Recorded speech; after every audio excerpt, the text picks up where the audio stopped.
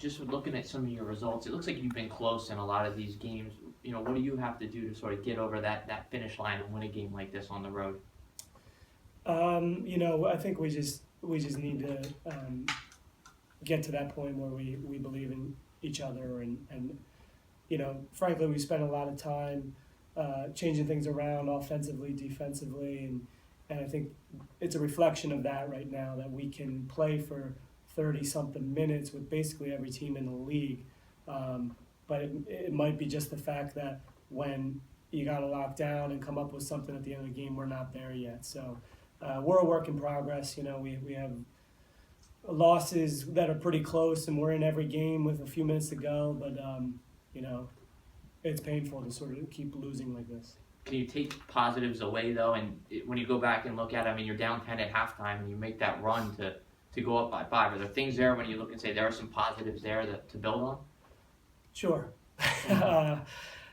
Yeah, but it's tough to be in the positives after the game. But I'm sure we'll see some stuff, and frankly, as a coaching staff, we can probably learn what was working, what they changed up, what we should be doing better. And so you always sort of look internally first to see what could we do differently. So we'll look at that and then just make sure we relay it to the players. Do you feel at all like you were playing yourself just because that Princeton offense action is the same, and I'm sure you running some of those principles now, but was it kind of like when you go in and prepare for that, like, hey, it might look like the same here? A little bit. I get the sense that they are, they're good at one-on-one as well, and so we saw some familiar actions, but I don't think that's the stuff that hurt us, and it wasn't the stuff that went against us at the end. It was more keeping our body in front and guarding the guy in front of us, and they present matchup problems as they go sort of with a lineup where it's 6'5" to 6'6" across the board. So I'm still wondering what the best philosophy change was on that, outside of making the kids grow a little bit during the game. But we had to do a better job of just keeping those guys away from the rim. 41 combined points from Hatter and Morgan. I know those are your two kind of go-to guys, but do you need some more secondary scoring to win a game like this? Yeah, I think that Princeton had something to do with that. We didn't shoot it well, again, from 3 or the free throw line. Stone usually is the second or third option, and he was sort of kept out of the books a little bit of foul trouble, and then just the game sort of went for us to the perimeter.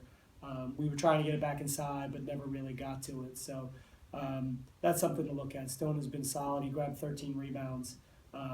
And he's usually that other punch that we need. Lastly, I'll just leave you with this. I called it the boxing style introduction where they read off all your accomplishments and then you got a nice hand. Did you appreciate that from Princeton doing that and the ovation that you got coming back here for the first time? Yeah.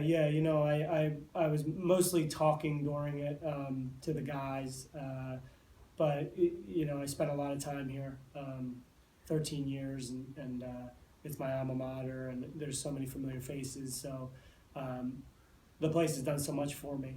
So it's nice to be home before the game. Right now, I'm not as happy to be back here. But it's great that they read that off. But it's good to see the people who've done so much for you in the department, Molly Marcoux and her staff, and it's just nice to see people.